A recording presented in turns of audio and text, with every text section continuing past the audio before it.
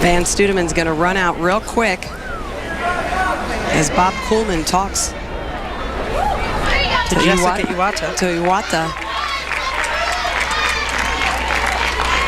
And I love the way that Van, she runs out there. She doesn't need to call for a timeout because Bob Kuhlman had already done that. Very astute. We've seen some strategy by both coaching staffs here in this Tuscaloosa Super Regional.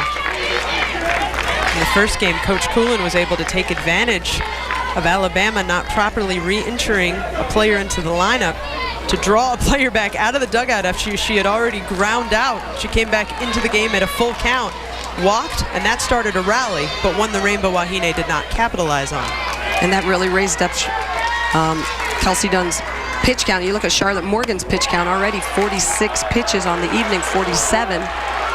And one of the reasons why I think you're not even seeing Kelsey Dunn up and warming up in the bullpen right now is because I think Patrick Murphy knows that if he gets to Oklahoma City, he's going to need 2 pitchers. He's not going to be able to rely on just 1 pitcher in Kelsey Dunn.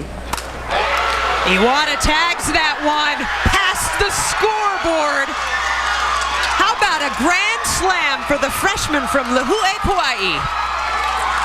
And you know, even with the power of Hawaii, again, that's why I mentioned, I think that's the reason we did not see Kelsey Dunn up, is the fact that even though Charlotte Morgan has not thrown in almost 3 weeks, this Bama program's going to need some help in the circle. And this pitch just left over the plate, and you can just see that Iwata just drives this ball hard over the left field fence, and that's the home run we're talking about.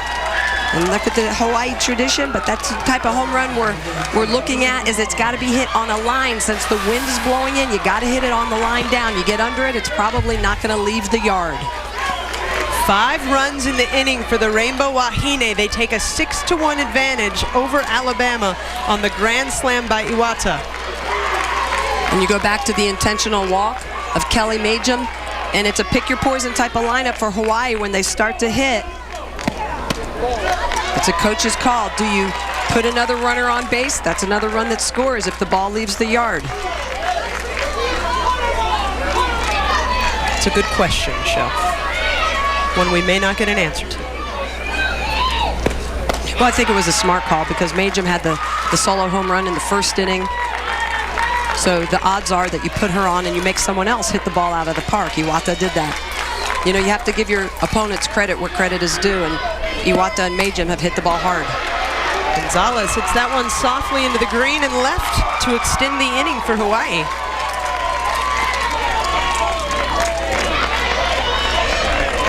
Jessica Iwata hitting her 3rd grand slam of her freshman season, showing the fans at home why she was the WAC Player of the Year. Back in week 9, she had 2 grand slams. She was named the USA Softball National Player of the Week. She has that kind of power in her toolbox. 18th home run of the season puts Hawaii up 6-1. First pitch to Jenna Rodriguez is a strike.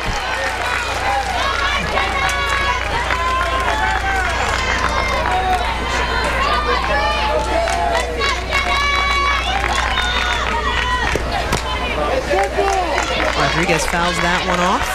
0-2 the count. Charlotte Morgan continuing to bat it. Patrick Murphy looking very relaxed, even though his team is down now 6-1. That's how much faith he has in his program and in his offense, the ability to score. At some point, he knows that this game against Hawaii is probably going to be high scoring, which means he's going to have to score as many runs as well. The appeal. Christy Cornwell says she did not go. Christy Cornwell with a good look at this, should be able to call it. You can see the hands go forward, bat stayed back. Charlotte Morgan has now thrown 56 pitches in the game. We're just in the top of the 3rd, bottom of the 2nd. Oh, the whole home team visiting thing is just here to mess with the announcers, Michelle. Bottom of the 2nd. Lauren Sewell, the freshman, warming up in the bullpen for Alabama. Right back up the middle. Rodriguez extends the inning with a single. So now Gonzalez at second, Rodriguez at first. And you're starting to see how Hawaii led the nation in home runs and scoring all in this inning. They get on with singles, they can hit them out too. It looks like we are probably going to have a change in the circle, Michelle, as Patrick Murphy chatted with home plate umpire Ed Rado and is now walking out to talk to Charlotte.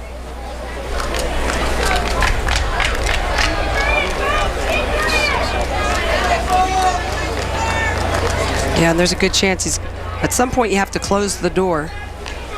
Charlotte Morgan struggling to get this last out of the inning. But at this point, Lawrence Sewell has not had a lot of time to warm up in the bullpen, and you can see the Bama crowd very excited that they're leaving Charlotte Morgan in. They love her here. Alex Aguirre led off this inning. She was hit by a pitch. With runners on first and second. Steps into the batter's box, first pitch strike. And Lawrence Sewell, as you mentioned, a freshman, trying to rest Kelsey Dunn. They don't have her warming up in the bullpen yet. Aguirre has swiped at the first 0-2 hole now for the left fielder.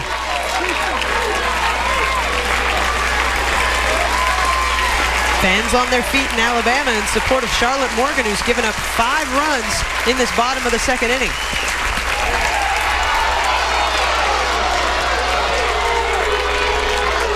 And that pitch off the plate. See this pitch off the plate. It's a good call. But sometimes when you're working hard to get that last out, you want that zone to increase. And right now, the thing that I see with Charlotte Morgan is she's just not sharp, and it's because she hasn't had a start in over 3 weeks. She's getting that inside pitch good. She doesn't have a whole lot of movement on that down and outside pitch.